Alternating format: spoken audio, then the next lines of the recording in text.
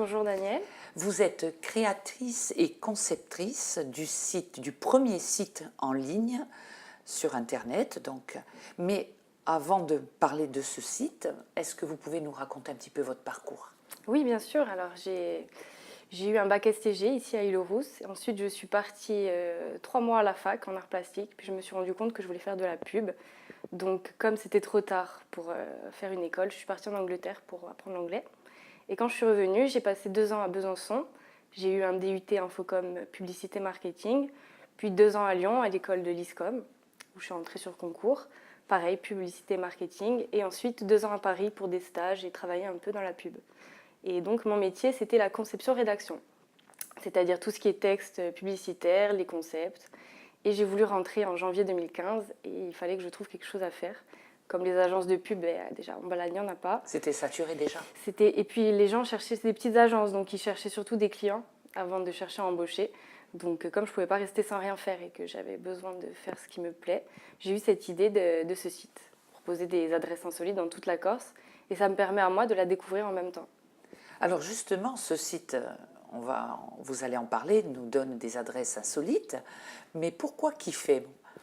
Comment c'est venu ce nom? En fait, c'est un peu le principe. On se demande tout le temps qu'est-ce qu'on fait, qu'est-ce qu'on va faire.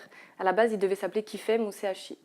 Jusqu'au dernier moment. Et puis après, je me suis dit, un Parisien, par exemple, qui tombe sur le site, comment il va se rappeler du nom du site? Parce que ça leur parle pas Bien trop. sûr. Déjà, c'est CHI. Voilà. Et donc, j'ai eu cette idée de prendre un mot de l'argot qu'ils emploient beaucoup, que moi, je n'emploie pas du tout. Je n'emploie pas le mot kiffer. Et je l'ai corcisé, en fait. Donc, c'est question-réponse, Kifem, qu'est-ce qu'on fait, et on kiffe. Voilà. Donc l'idée de créer Kifem ça a été par le fait que justement vous ne trouviez pas de travail quand vous êtes revenu. Voilà, exactement. J'ai besoin de créer en fait. Bon, pour l'instant je ne vis pas du site, donc je suis encore obligée de faire des saisons, ce genre de choses. Mais je ne me vois pas faire ça toute ma vie. J'ai tout le temps des idées, donc il faut les mettre en œuvre. Mais donc vous comptez ce site, justement, encore le perfectionner? Ah oui, oui, oui. Qu'est-ce que vous, déjà dans les idées que vous avez déjà des projets, qu'est-ce que vous voulez y rajouter? Alors j'ai des projets, mais dans un premier temps j'aimerais le rentabiliser un petit peu parce qu'il faut quand même du budget pour mes projets. Je ne peux pas vous en parler parce que si ça ne se fait pas, je vais être frustrée. Du coup, pour l'instant, c'est le développer, travailler la partie commerciale que je ne maîtrise pas trop, parce que moi, à la base, j'étais une créative. En agence de publicité, c'est les créatifs contre les commerciaux. Et là, ça va faire rire un peu ceux qui ont fait les études avec moi, parce que je dois prendre la casquette de commercial en même temps.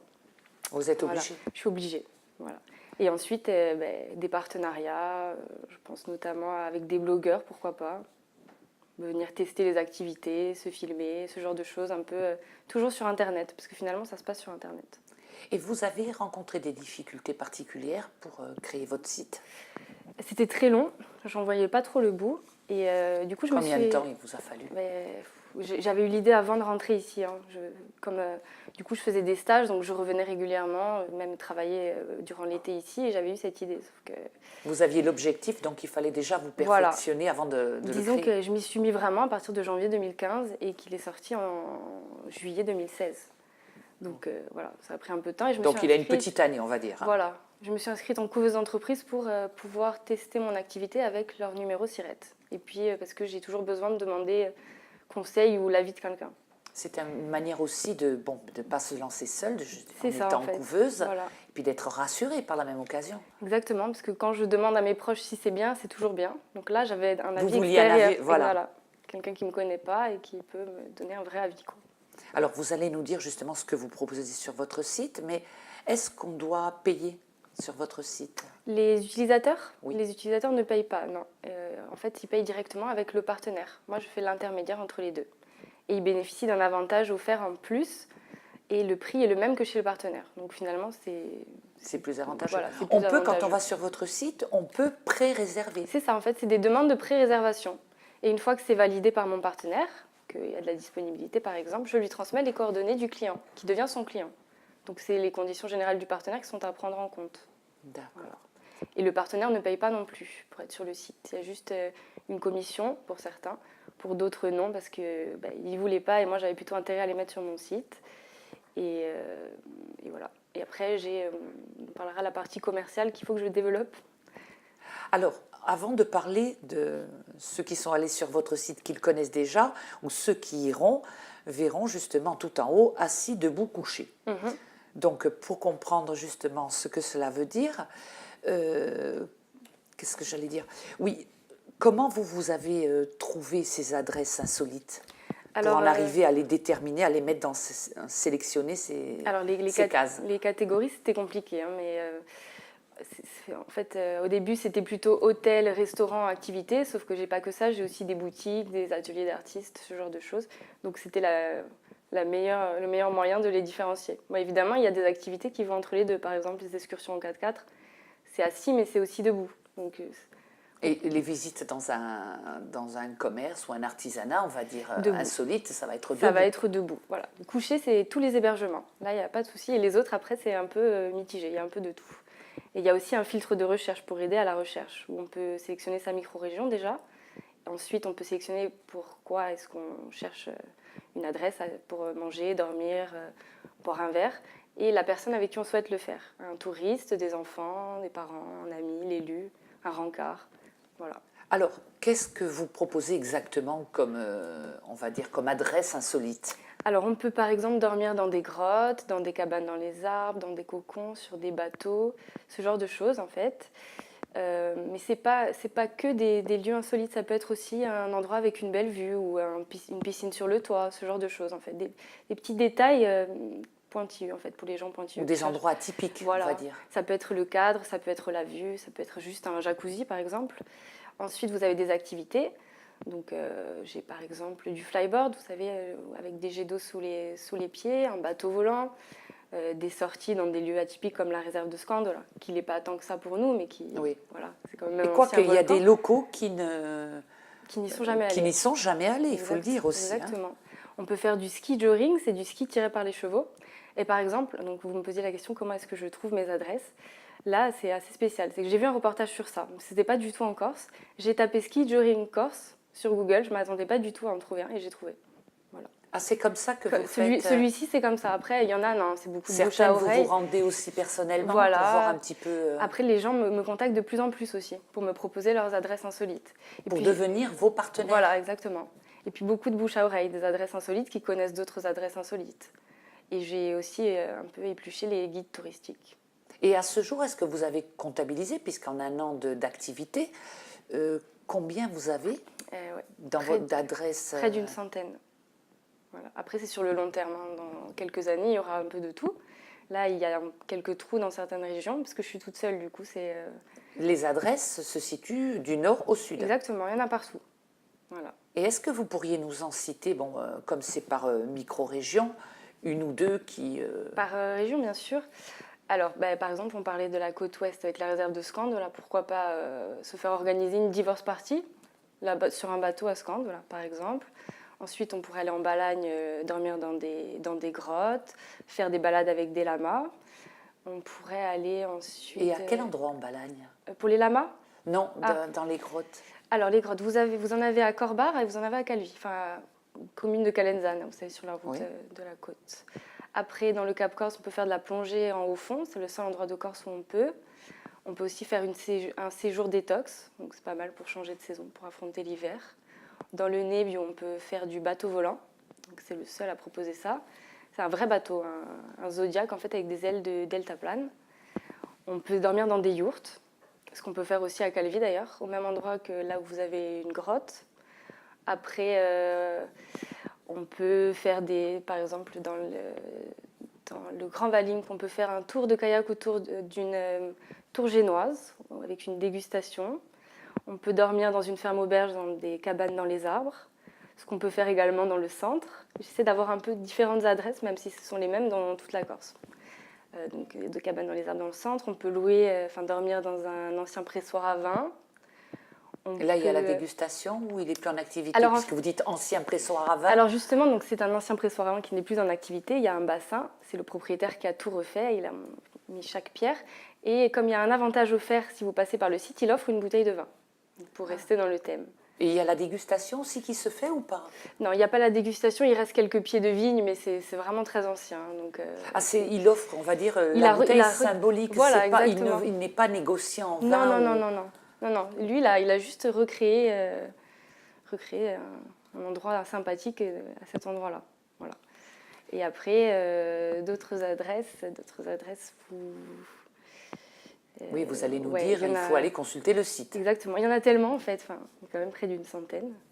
Alors, dans vos adresses, est-ce que ce sont des activités, des logements juste pour la saison, donc qui s'adresseraient simplement aux touristes, ou c'est pour toute l'année, locaux et touristes? Alors en fait, à la base, c'est pour les locaux. C'était justement pour montrer aux Corses on peut s'occuper aussi l'hiver.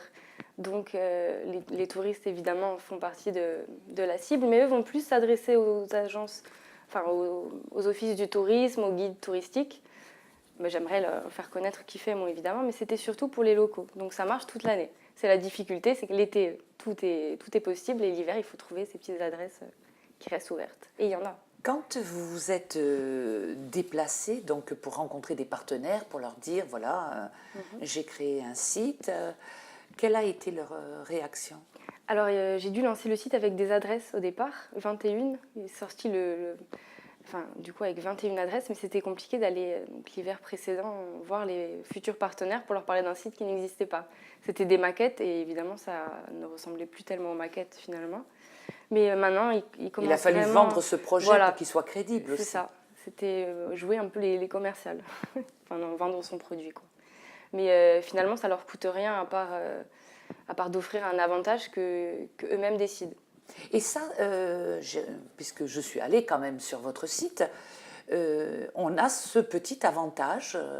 Il y a un temps de pourcentage qui permet si on réserve sur le site. Oui, alors il y a un peu de tout. Il y a des réductions, ça va du café à la bouteille de vin ou de champagne, du temps supplémentaire. C'est vraiment propre à chaque partenaire. On essaie justement de trouver la petite idée qui va avec le thème, quoi.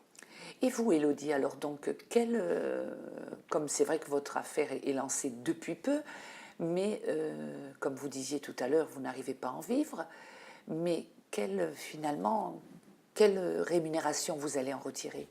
Alors pour l'instant, des petites commissions, comme je vous disais, mais évidemment, c'est pas avec ça que je vais en vivre. Et je propose donc, c'est la partie commerciale, des encarts publicitaires. Donc c'est juste des images avec des liens vers des sites où tout le monde peut y figurer. Et ensuite, ça c'est un peu nouveau, je propose des articles sponsorisés maintenant. Parce que c'est vrai que les gens veulent du contenu.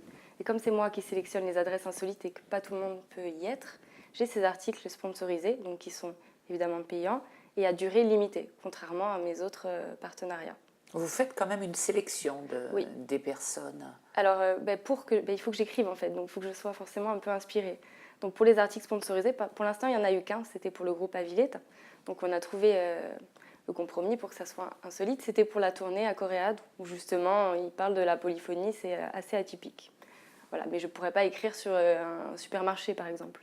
Et c'est vous justement qui écrivez Voilà, oui. ce qu'on voit sur les annotations que vous mettez sur le site. Tout à fait. J'aime bien faire des jeux de mots, c'est un peu égoïste, mais j'aurais pu très bien juste référencer les adresses insolites, mais j'avais besoin d'écrire. Donc je suis partie de là en fait pour créer mon site. Comment est-ce que je peux faire pour écrire et pour en vivre? Donc il a fallu trouver ce système de réservation. C'est en fait un site qui s'est improvisé au fur et à mesure et qui continue. Alors, vous êtes créatrice, conceptrice, mais comment vous déterminez maintenant, au bout de ces quelques mois d'existence, votre rôle au sein du site? Je ne sais pas trop. Alors, conceptrice, alors créatrice, conceptrice, Ça, rédactrice, un blog, c'est un peu un blog, c'est un peu un guide. Je ne sais pas trop en fait. Il faudrait inventer un mot peut-être. Parce que vous y travaillez toute seule? Oui, toute seule, mais j'ai aussi, donc c'est Isoula Informatique qui m'a créé mon site en codage. C'est une amie graphiste qui m'a d'abord qui m'a déjà construit le site et eux me l'ont mis en code pour que je puisse le gérer toute seule. Mais je suis obligée de les embêter de temps en temps, évidemment. Vous avez besoin quand même J'ai besoin d'eux quand même, oui. Et donc là, vous avez parlé, parce que c'est intéressant de faire savoir aussi, puisque votre installation est récente, vous vous êtes servi donc de la couveuse d'entreprise, mais à ce jour, vous l'avez quittée. En avril. Oui. C'est récent, oui, oui. Et qu'est-ce qui s'est passé la première semaine quand vous vous êtes dit, ça y est, là, je suis lâchée, je suis livrée à moi-même? Bah, c'est quand j'ai vu que ça commençait à fonctionner, je me suis dit, bon, allez, il faut se lancer maintenant. C'était pour tester, voilà, même si je ne peux pas en vivre, je vois que ça peut marcher. Donc, c'est une pépite il faut couver tout seul. Voilà. C'est peut-être le mot juste. Voilà. Donc, Élodie, ça fait 1 an que ce site est créé. Quel bilan en tirez-vous? Positif, oui, très positif. Et donc, je suis très contente de voir que les locaux jouent le jeu, parce que c'est difficile de faire sortir les locaux de chez eux. Et du coup, ils commencent maintenant à se dire, tiens, j'habite à Ajaccio, je vais aller passer un petit week-end en Balagne. Et du coup, j'ai même des messages maintenant pour des demandes en mariage, devoir trouver des restaurants assez atypiques, pour des mariages, ce genre de choses. Donc c'est aussi le challenge, répondre en temps et en heure. Et c'est ce que vous faites, bien évidemment. C'est ce que je fais.